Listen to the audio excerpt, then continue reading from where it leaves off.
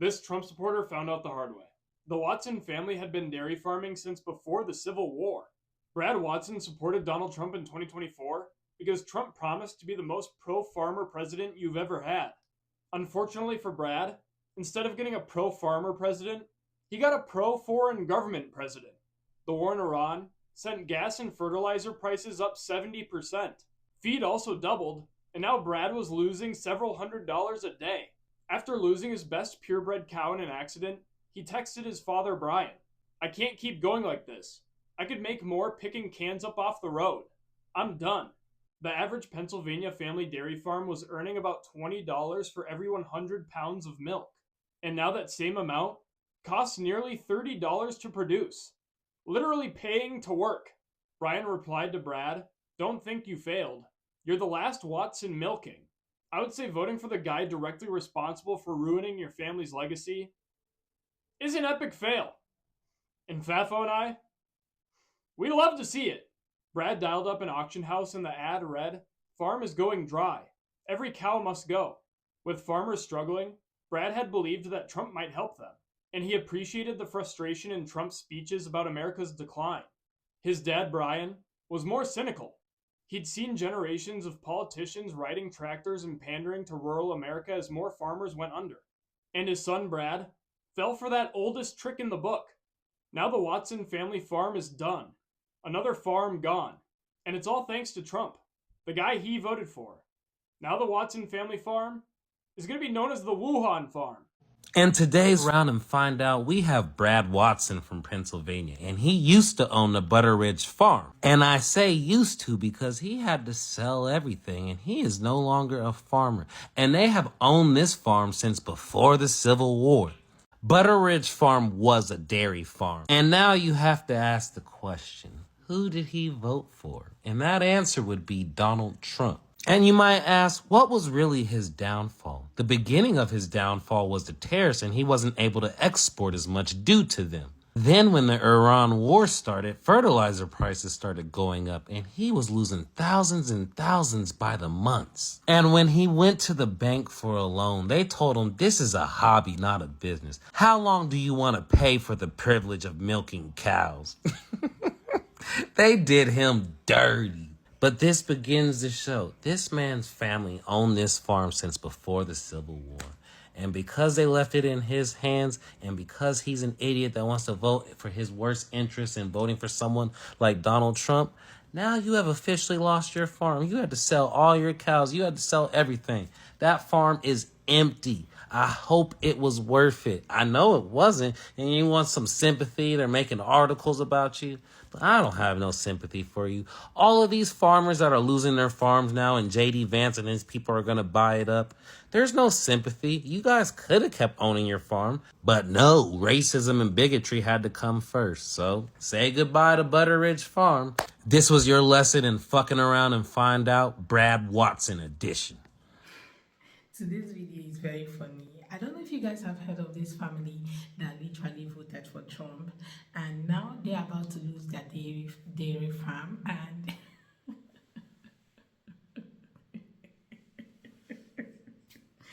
I don't know how to start today's video, but it's quite unfortunate that in 2026 some people still think that they can eat their cake and have it.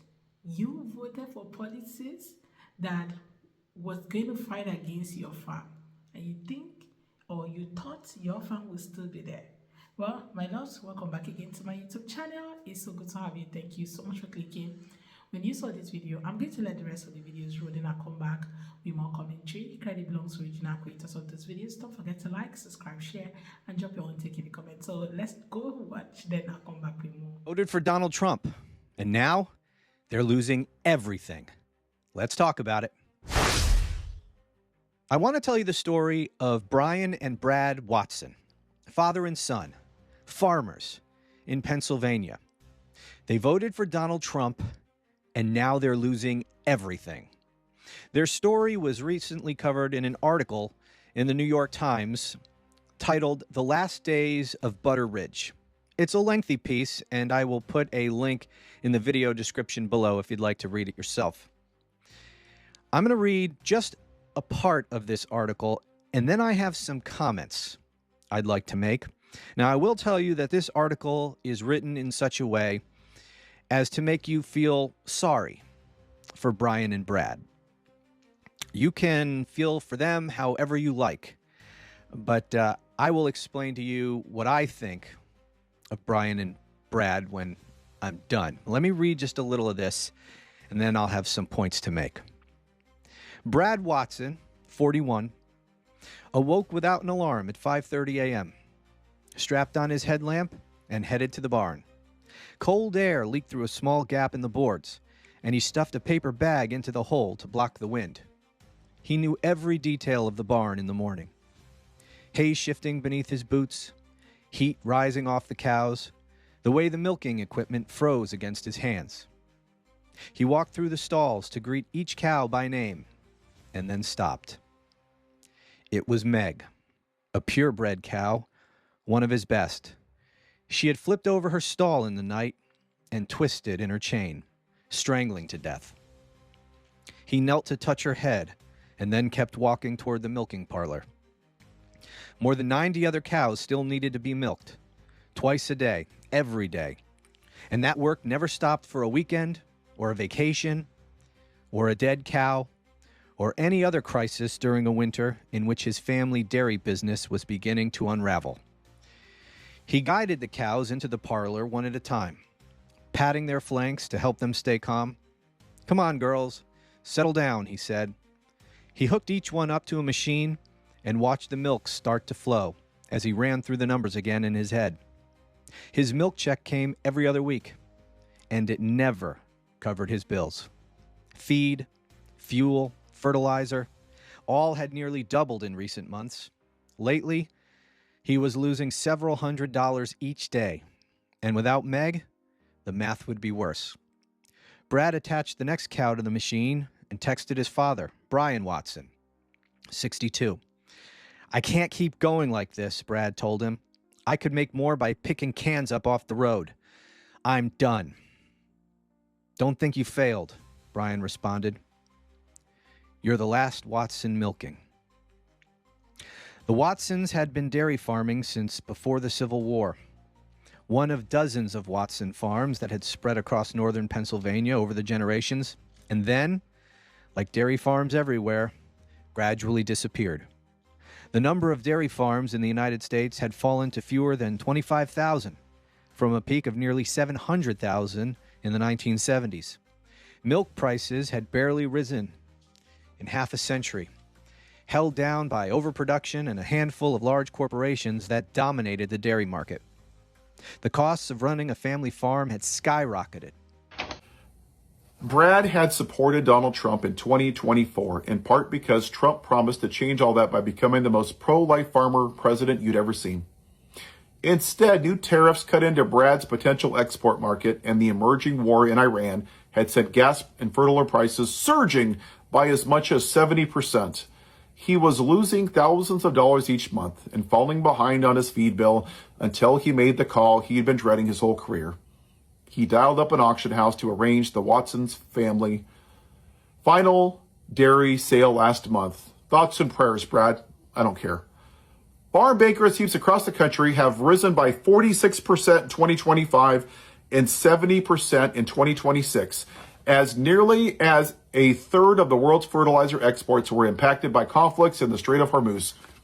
Wow. I hope you have the day you voted for, Brad. How's it feel, right?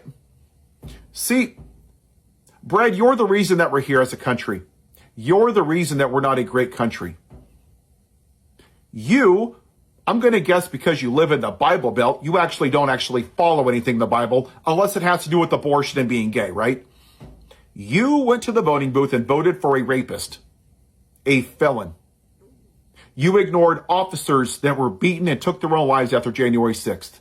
You ignored the women that Trump sexually assaulted. You ignored the victims of Epstein Island that he's protecting. They're eating the dogs and cats.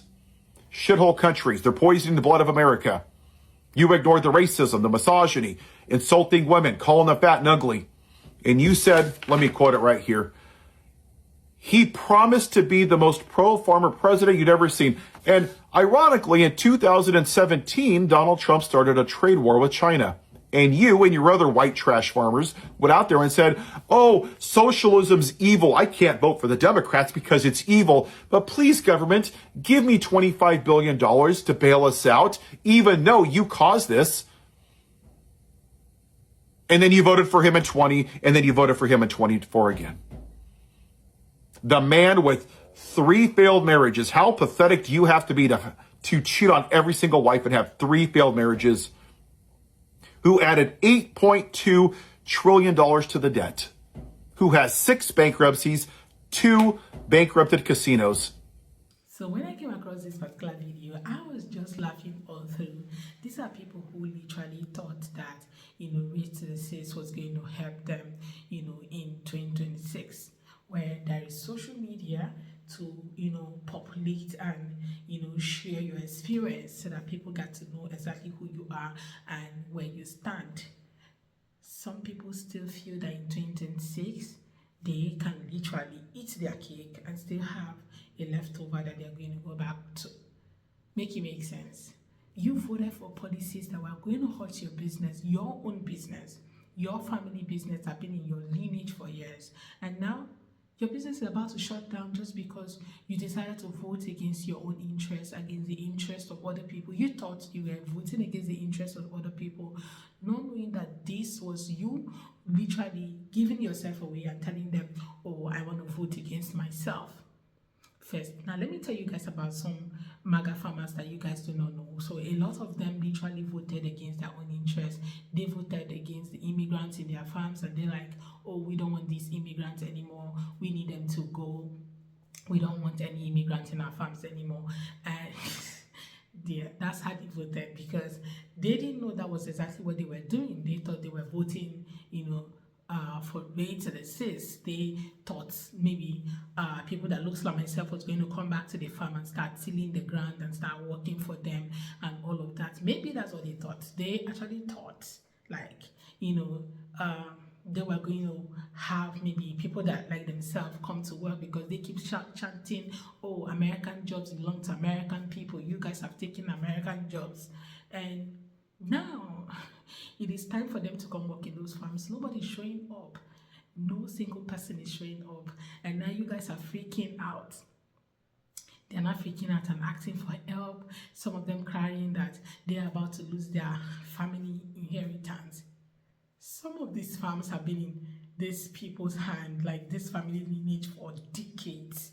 And yet, the ones that, stayed, that are currently doing, that actually this generation decided that it was better for them to vote against the people that have been working in their farms for decades and just tell them, oh, it's time for you to go home.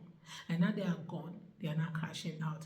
And this particular family is part of those people because they voted for this, they voted for this policy, and now their family business is getting affected. Not only that, the tariff is going to affect them, no workers is going to affect them, like literally everything is going to affect them.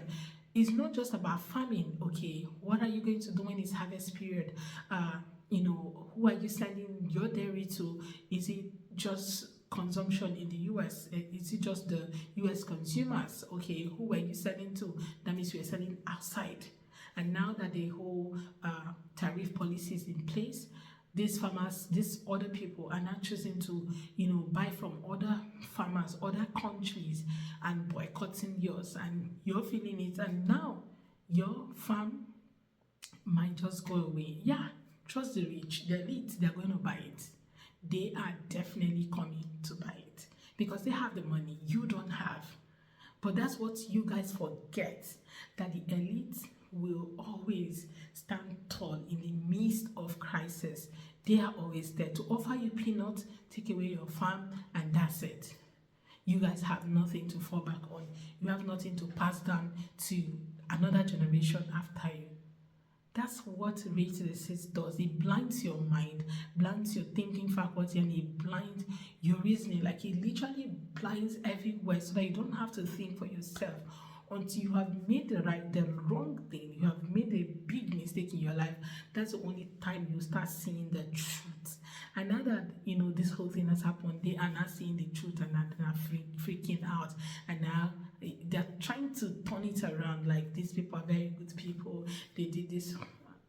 See, it's their life, it's their person. They might be good, but at the end of the day, they voted against their own interests. It's just them, and themselves that have to sit down right now and start talking to themselves, because you can't vote for policies that will affect your business, affect your family heritage, and come online to cry because you want people's sympathy. No, people don't give empathy to someone who intentionally decides to hurt themselves. That's it, right? I feel so bad for the family. They're about to lose their farm, but the truth have to be said. You have to make better choices in order not to get ugly results, right? Anyway, guys, let me know what you all think in the comments. Let's talk about it. Credit belongs to original creators of this videos. Don't forget to like, subscribe, share, and drop your own take in the comments, and I'll see you all on my next. Thank you so much, guys, for watching, and thank you for supporting this channel. See you all on my next. Bye, my loves.